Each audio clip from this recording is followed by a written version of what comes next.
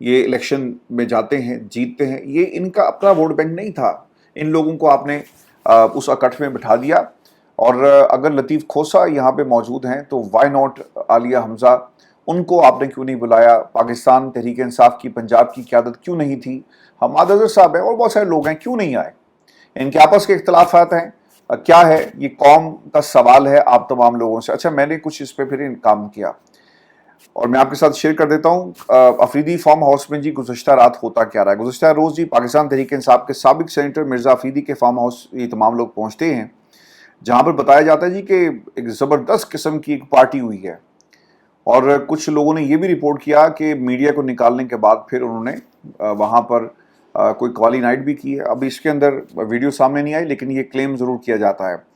پھر پارٹی میں مرزا افریدی کو لے کر جو اختلافات ہیں وہ تو ایک طرف، لیکن جو سب سے امپورٹنٹ چیز تھی کہ پاکستان تحریک انصاف کے اندر نور الحق قادری ہوں یا پنجاب کی قیادت ہو یا پھر وہ لوگ جو عمران خان کے مخلص سپاہی ہیں، وہ یہ سوال ضرور کر رہے ہیں کہ افریدی صاحب کو، جنہوں نے ایسے وقت میں پاکستان تحریک انصاف کا ساتھ چھوڑ دیا، جنہوں نے پارٹی سے علیحدگی اختیار کر لی، جنہوں نے ایک پیغام جاری کیا تھا کہ میں 9 مئی کی مذمت کرتا ہوں، پاک فوج، بالکل جی مذمت کرنی چاہیے، لیکن مذمت ان لوگوں کے حوالے سے کریں نا جنہوں نے 9 مئی کروایا، یا جو لوگ اس میں ملوث تھے وہ آج تک پتہ نہیں چل سکا، انڈیپینڈنٹ انکوائری نہیں ہوئی. کسی کے کہنے سے جب تک فیصلہ عدالت نہیں کرے گی یا پھر ثبوتوں کی بنیاد پر یہ طے نہیں ہوگا، کسی کو الزام دینا یہ درست نہیں ہے. جن لوگوں کو آپ نے فوٹیجز کے اندر دیکھا، آپ ان کے بارے میں جو مرضی کہیں، ہم بھی کہتے رہے، لیکن جو تعلق ہے، جس طرح جوڑا جاتا ہے، اس پر کسی نے آواز بلند نہیں کی. بس عالیہ حمزہ صاحبہ کے حوالے سے میں آپ کو خبر دے رہا ہوں. اچھا، میں نے نا انہیں کل سے کوشش کر رہا تھا کہ میں ان سے رابطہ کروں، لیکن رابطہ نہیں ہو سکا. اس سے پہلے بھی جب بھی میرا رابطہ ہوا بڑی ڈیٹیل گفتگو ہوئی، بہت ساری باتیں آف دا ریکڈ ہوتی ہیں، کچھ آن دا ریکڈ ہوتی ہیں، میں آپ کے ساتھ شیئر کر دیتا ہوں پنجاب کے حوالے سے. اور کچھ تجاویز ہم نے بھی اپنے اس پلیٹ فارم سے دی جنہیں انہوں نے تسلیم بھی کیا. اور پھر آپ کو یاد ہوگا کہ پنجاب کے اندر یہ جو تھوڑی بہت آپ کو موبلائزیشن نظر آئی، وہ اسی گفتگو کا نتیجہ ہے. لیکن پچھلے 2 دنوں میں وہ کال اٹینڈ نہیں کر رہی، اور میرے کچھ سوالات تھے. یہ سوالات یقیناً آپ کے بھی ہیں کہ خبریں یہ چل رہی ہیں مارکیٹ کے اندر کہ مریم نواز نے گارنٹی مانگی تھی کہ ٹھیک ہے تم پنجاب آنا چاہتے ہو تو آ جاؤ اور تمہیں کوئی نہیں روکے گا. اب امیجن کر لیں کہ کے پی سے قافلہ چلتا ہے اور وہ کوئی 1 2 4 گاڑیاں نہیں تھیں، کئی 100 گاڑیوں کا ایک قافلہ، جگہ جگہ روک کر لوگوں نے اس کا استقبال کیا. وہ لاہور پہنچتا ہے، لاہور پہنچنے پر انہوں نے جگہ بھی دے دی، اور جاتی عمرہ کے پاس ایک فارم ہاؤس. آپ امیجن کریں کہ اتنی کیا تبدیلی آ گئی کہ پاکستان تحریک انصاف جسے پنجاب میں ریلی نکالنے کی اجازت نہیں ہے، ایک پورا کٹ کر لیا جاتا ہے. تو سر یہ وہ سگنلز ہیں، انڈیکیٹرز ہیں جنہیں اب آپ فراموش نہیں کر سکتے. اور ایک شخص جو پاکستان کی اسٹیبلشمنٹ اور پاکستان تحریک انصاف کے پلیٹ فارم کو استعمال کرتا رہا، یہ ان کا بندہ ہے. اور اس کے لیے اب کہا جا رہا ہے، ایک تو علی امین گنڈا پور نے ان کا شکریہ بھی ادا کیا کہ آپ کے بڑے جی، ہم مشکور ہیں کہ آپ نے اہتمام کیا اور ہماری جدوجہد. بھائی کون سی جدوجہد؟ علی امین گنڈا پور کی بقا کی جدوجہد، بیرسٹر گوہر کے کرسی کے ساتھ چمٹے رہنے اور ایک عہدہ جو انہیں پارٹی کا چیئرمین کا ملا ہوا ہے، اس عہدے کو برقرار رکھنے کی جدوجہد.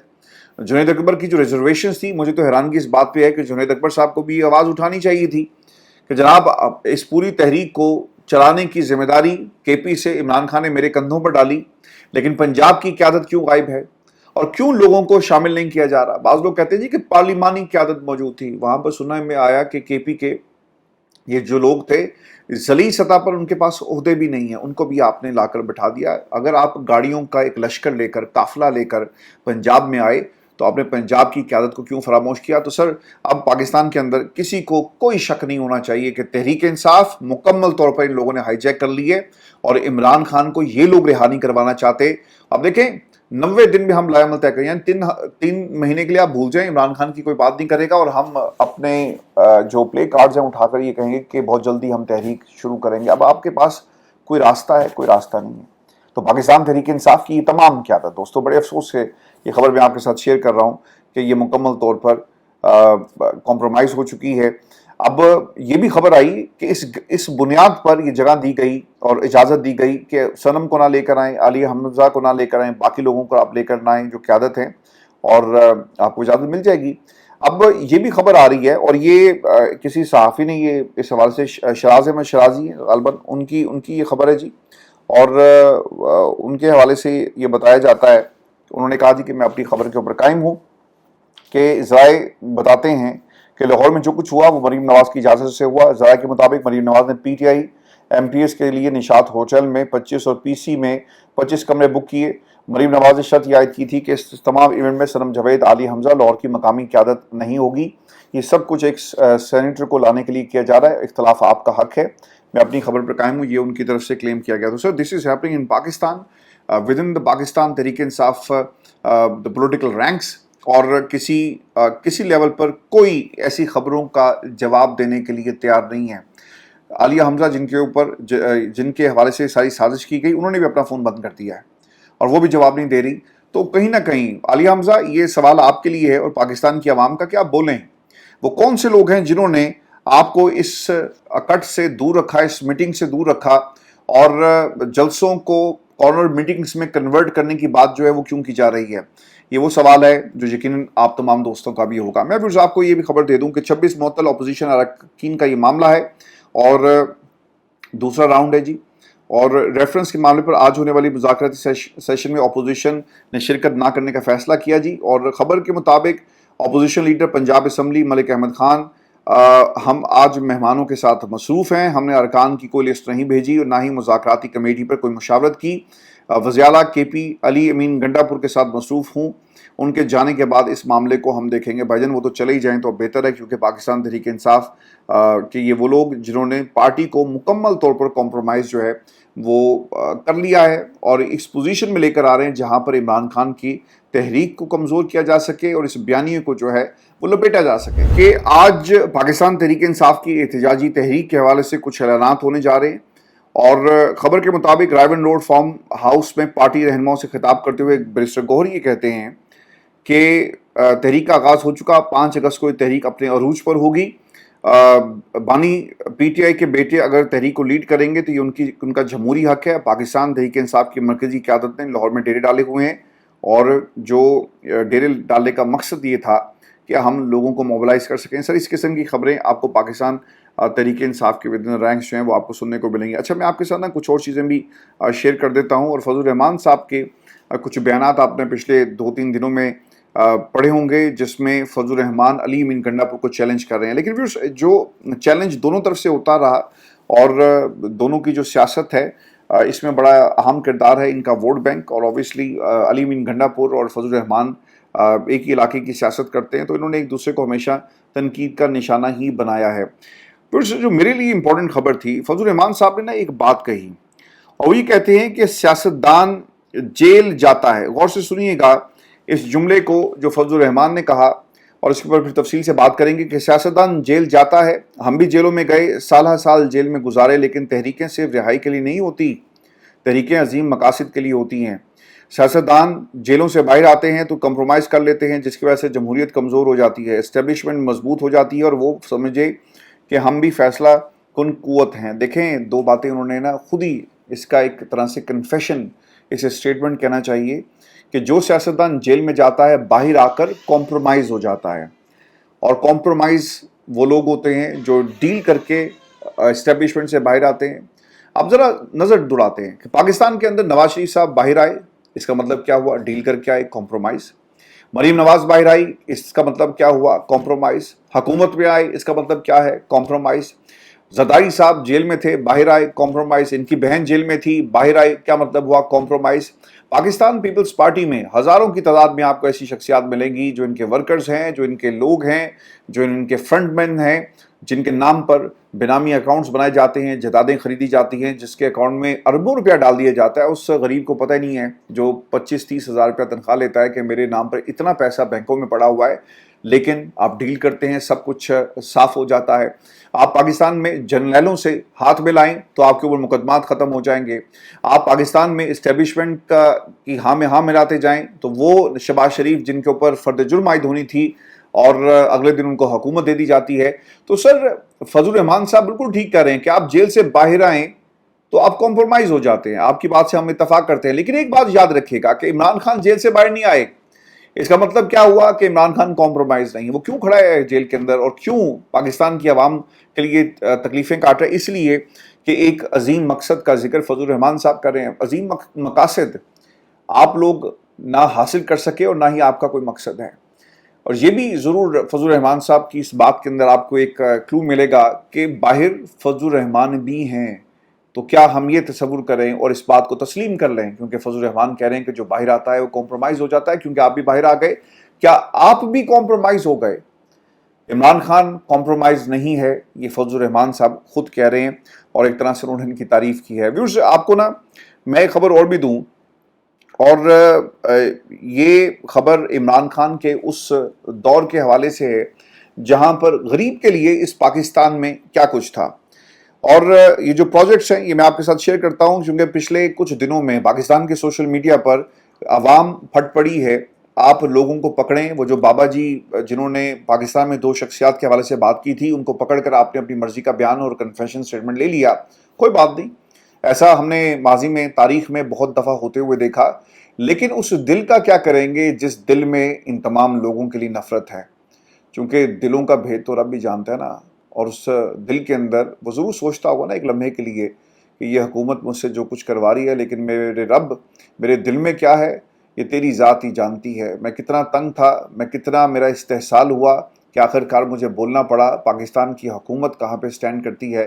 آپ لوگوں سے جو مرضی کہلوا لیں لیکن پاکستان میں جو پاپولر اوپینین ہے آپ اسے کبھی بھی کنورٹ نہیں کر سکتے اپنے اس کنفیشن سٹیٹمنٹ میں. آپ نے ان بابا جی کو گرفتار کر لیا، ان سے وہ باتیں کہلوائی، لیکن غور کریں کہ اس وقت یہ جو عمران خان کے 3.5 سال کے دور کے اندر غریبوں کو کیسے 10 پروجیکٹ سے فائدہ پہنچایا. کل میں نا ایک نون لیگ کے حلقے میں ایک سروے کو دیکھ رہا تھا جس میں اس نے کہا جی کہ میں پکا نون لیگ کا ووٹر ہوں، ہمارا پورا خاندان نون لیگ کے ساتھ سیاست کرتا رہا، ان کو ہم سپورٹ کرتے ہیں. لیکن جو عمران خان نے یہ جو صحت کارڈ کا تحفہ پنجاب کی عوام کو دیا، پاکستان کی عوام کو دیا، کہتا ہے جی کہ میں نے 4 لاکھ روپے کا ایک آپریشن کروایا، لیکن جب سے انہوں نے کارڈ اور یہ پیسے بند کر دیا اب ہمارے لیے کچھ نہیں ہے. تو عوام یاد کرتی ہے عمران خان کے اس دور کو. ذرا غور کریں کیا تھا جی عمران خان کے 3.5 سال کے دور کے اندر غریبوں کو کس طرح فائدہ پہنچایا گیا. احساس کفالت، غریب خواتین کو ماہانہ وظیفہ اور بینک اکاؤنٹس، ٹھیک ہے جی. صحت سہولت کارڈ 1 ملین روپے تک مفت، 10 لاکھ تک آپ جی کروا سکتے ہیں. اور لوگ تو نون لیگ کے لوگ آپ کو گواہیاں دیں گے. اور میں کئی لوگوں کو جانتا ہوں جنہوں نے اپنے بچوں کا علاج کروایا، اپنے خاندان کے لوگوں کا علاج کروایا جو نہیں کروا سکتے تھے. احساس ایمرجنسی کیش، کرونا ریلیف 12,000 روپے 10 ملین لوگوں کو یہ تقسیم ہوا. کامیاب نوجوانوں کو لونز ہیں جی 14,000 کاروبار دیا گیا، اس سے زیادہ، حالانکہ 14,000 میں کچھ نہیں ہوتا but it's an amount that has been given dispersed to the youth. پھر ہنرمند جوان، 5 لاکھ نوجوانوں کی اسکل ٹریننگ. لنگر خانے غریبوں کے لیے مفت فراہم، کھانا پناہ گاہیں. احساس نشوونما بچوں کی غذائیت کے لیے کیش ٹرانسفر. کسان کارڈ ہے جی، کسانوں کو سبسڈی اور لونز ہیں. احساس اسکالرشپ، غریب بچوں کی تعلیم. یہ پروگرامز غربت کم کرنے اور بنیادی ضروریات پورا کرنے میں مددگار ثابت ہوں گے. اور یہ گروک جو ہے ایک آرٹیفیشل انٹیلیجنس ایک ایجنٹ، اے آئی ایجنٹ ہے، یہ اس نے نکال کر تمام چیزیں جو ہیں وہ دی ہیں. میں اب جب پروگرام کر رہا تھا تو اس پروگرام کے دوران مجھے عالیہ حمزہ کا ایک میسج آ گیا ہے، ٹھیک ہے. اور میں نے سوال سارے ان کے سامنے بھی رکھے تھے کہ آپ خاموش کیوں ہیں، آپ بولتی کیوں نہیں ہیں، پنجاب کی قیادت کہاں تھی، آپ کیوں نہیں آئی. تو اس کے اوپر انہوں نے مجھے ایک وائس میسج جو ہے وہ فارورڈ کیا. اور یہ وائس میسج کس کا ہے جی؟ وہ ایک ایسی شخصیت کا ہے جس کا تعلق پنجاب سے ہے لیکن وہ بیٹھا کے پی کے اندر ہے. انہوں نے مجھے کہا ہے کہ آپ یہ شیئر مت کیجیے گا لیکن یہ آپ کی انفارمیشن کے لیے. تو انہوں نے کہا جی کہ یہ دعوت نامہ سے پارلیمانی لیڈر، اچھا وہاں پر جو لوگ بیٹھے ہوئے تھے، جن ورکرز کو، جن گاڑیوں کو، جن ڈرائیورز کو، جن لوگوں کو، اور جس طرح آپ نے لے کر گئے، وہ کس لیے تھا؟ آپ کیوں کہتے ہیں کہ 90 دن کے اندر ہم یہ کر دیں گے؟ پھر آپ نے پارلیمانی پارٹی کے ہی اجلاس کی بات کرنی تھی. آپ نے جس مقصد کے لیے یہ اکٹھ آپ نے وہاں پر لگایا پھر اس موضوع پہ رہتے، لیکن ایسا نہیں ہوا. پاکستان تحریک انصاف، عالیہ حمزہ کو جان بوجھ کر وکٹمائز کیا جا رہا ہے اور بتایا بھی جا رہا ہے جی کہ ایک پریس کانفرنس بہت جلدی یہ کریں گے. اور پھر یہ جو کنٹروورسی چل رہی ہے اس کے اوپر مزید جو ہے وہ بات کی جائے گی. تو ویورز یہ اس وقت پارٹی کی صورتحال ہے. جو پنجاب میں ہو رہی ہے اور پارٹی کے اندر جو اختلافات ہیں وہ ایک ایک کر کے باہر آ رہے ہیں. میں آپ کو نا جاتے جاتے ایک انتہائی افسوسناک خبر ہے وہ بھی میں آپ کے ساتھ شیئر کر دیتا ہوں. اور یہ افسوسناک خبر جی فیصل آباد سے ہے, جہاں پہ جی ہوا کیا ہے, ایک اے ایس آئی کا بیٹا ایک لڑکی کو لے کر پولیس لائنز میں آتا ہے اور وہاں پر اس معاملے کو افہام و تفہیم سے اور عزت کے دائرے میں رہتے ہوئے حل کرنے آپ کو چاہیے تھا. لیکن آپ نے کیا کیا, آپ نے ویڈیو بنانا شروع کر دی. اور وہ ویڈیو بنا رہا ہے ایک پولیس والا, اور وہ جس لڑکی کی ویڈیو بن رہی ہے اسے کہتا ہے بیٹا اپنا نقاب تو ہٹاؤ نا, نام تو بتاؤ. اور وہ اس کو ویڈیو بنا کے نا اپنی یہ جو ذہنیت ہے اور جس ذہنیت کے تحت یہ سب کچھ کیا گیا اس نے دنیا کے سامنے عیاں کر دیا. اگر یہ واقعہ ہوا اس پہ پردہ ڈالنا چاہیے تھا, والدین کو بلاتے, ڈپارٹمنٹل انکوائری ہوتی, سب کچھ آپ کر سکتے تھے, یہ آپ کا حق ہے اور ہونا چاہیے تھا. ایک سرکاری بلڈنگ کے اندر جو کام ہوا رولز اینڈ ریگولیشنز کی اجازت نہیں دیتے, لیکن اس کا ایک اخلاقی پہلو بھی تھا جسے یکسر فراموش کیا گیا اس پولیس والے کی طرف سے. اور آس پاس جو پولیس والے یونیفارم میں کھڑے ہو کر یہ تماشا دیکھ رہے ہیں. لڑکے نے غلطی کی, اس کو اس کی سزا دی جاتی, لیکن اس کی سزا اس کے والد کو ملتی ہے اور جو اس کا کوارٹر تھا جو الاٹ کیا گیا وہ اسے چھین لیا جاتا ہے اور اسے معطل کر دیا گیا. اب اس باپ کا کیا قصور ہے, یہ ضرور سوال ان لوگوں سے ہونا چاہیے جنہوں نے یہ پورا واقعے کا نوٹس لینے کے بعد یہ سارا کام کیا. لیکن یہ بھی سوال بہت امپورٹنٹ ہے کہ سوشل میڈیا تک یہ ویڈیو کیسے گئی. ایک پرائیویسی آپ لوگوں کی اس طرح سے اسے نکالتے ہیں, دنیا میں نشر کرتے ہیں اور پھر آپ کہتے ہیں کہ جناب ہم معاشرے کو ٹھیک کریں. معاشرہ سر ایسے ٹھیک نہیں ہوگا. آپ نے ایک برائی کو روکنے کے لیے بہت ساری برائیاں جو ہیں وہ معاشرے کے اندر آپ نے اس کو ایک راستہ دکھا دیا, اور پھر یہ جو اس کا اخلاقی پہلو تھا وہ ضرور مد نظر رکھتے ہوئے اس پہ کارروائی ہونی چاہیے تھی, لیکن وہ نہیں ہوئی. میں اس واقعے کی جی سپورٹ میں نہیں ہوں. یہ واقعہ بالکل غلط ہوا, نہیں ہونا چاہیے تھا. اس لڑکے نے جو کچھ کیا بالکل غلط تھا, لیکن یہ جو ویڈیو بنا کر اسے نشر کرنا یہ کہاں کی انسانیت ہے, یہ کون سی اخلاقیات ہے. اور وہ بچی کہہ رہی ہے کہ آپ میری ویڈیو مت بنائیں, خدا کے لیے مت کریں. اچھا کہتا بھی وہ ہے پولیس والا کہ بیٹا اپنا ذرا منہ تو دکھاؤ. تو بھائی جان لعنت ہے آپ کے اوپر, آپ اسے بیٹا بھی کہہ رہے ہیں اور آپ اس کے بعد اس کی ویڈیو بناتے ہیں.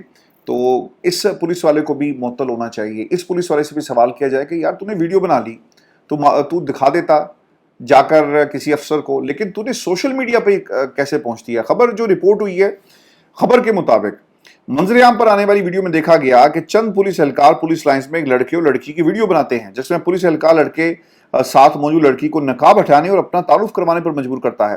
ویڈیو سوشل میڈیا پر وائرل ہو جانے پر سی پی او فیصل آباد نے واقعے کا نوٹس لیتے ہوئے انکوائری کا حکم دیا. اچھا ایسا لگتا ہے یہ کہ یہ ویڈیو انہوں نے بنا کر نا انہوں نے جا کر کسی کو بتایا ہوگا, تو انہوں نے کہا یار معاملے رفع دفع کرو. اس کی کسی نے سنی نہیں ہوگی, انہوں نے کہا اچھا چلو دیکھو میں کردہ کیا, اس نے جا کر اسے سوشل میڈیا پہ ڈال دیا. ذمہ داری کس کی ہے؟ اس کیمرے والے کی جس کے ہاتھ میں وہ کیمرہ تھا اور جس نے یہ ویڈیو بنائی. ویورز یہ ہماری آج کی ویڈیو کے اپنے کمنٹ ضرور بھیجیے گا, چینل کو سبسکرائب کرنا مت بھولیں, اور اس واقعے کے حوالے سے آپ نے ضرور کمنٹ کرنا ہے. اور پنجاب میں جو پی ٹی آئی کو انہوں نے ہائی جیک کر لیا اس پر بھی ضرور بتائیے گا. ڈو اینڈ ڈائی سچویشن کی جو بات کر رہے ہیں فضل علی امین گنڈا پور, ان کے حوالے سے بھی بتائیں. اور یہ جو اپنے بیٹے کو لے کر گئے تھے نا اس پہ بھی کمنٹ کیجیے گا. عالیہ حمزہ نہیں جا سکتی لیکن بیٹا ساتھ جائے گا, کیونکہ انہوں نے بتانا ہے قوم کو کہ ہمارے بچے بھی لڑ رہے ہیں. عالیہ حمزہ کو نہیں ہم بلائیں گے, پنجاب کی قیادت کو ہم نہیں بلائیں گے, کسی کو نہیں بلائیں گے. ارے بھائی یہ لوگ جیتے ہوئے ہیں, ان کو ہرایا تھا, یہ آپ کا اپنا بیانیہ ہے اور یہ حقائق ہیں جسے آپ اپنے ہی دوستوں کے خلاف استعمال کرتے ہیں. یہ لوگ جیتے ہوئے ہیں. اگر اس پارلیمان میں آپ جیسے لوگ, پاکستان کی مختلف اسمبلیز کے اندر جو لوگ آپ جیسے بیٹھے ہوئے ہیں, تو اس سے بہتر عالیہ حمزہ ہے جو میدان میں کھڑے ہو کر عمران خان کا پیغام گھر گھر پہنچا رہی ہے. اس پہ بھی کمنٹ کیجیے گا. اجازت دی چل رہا ہے.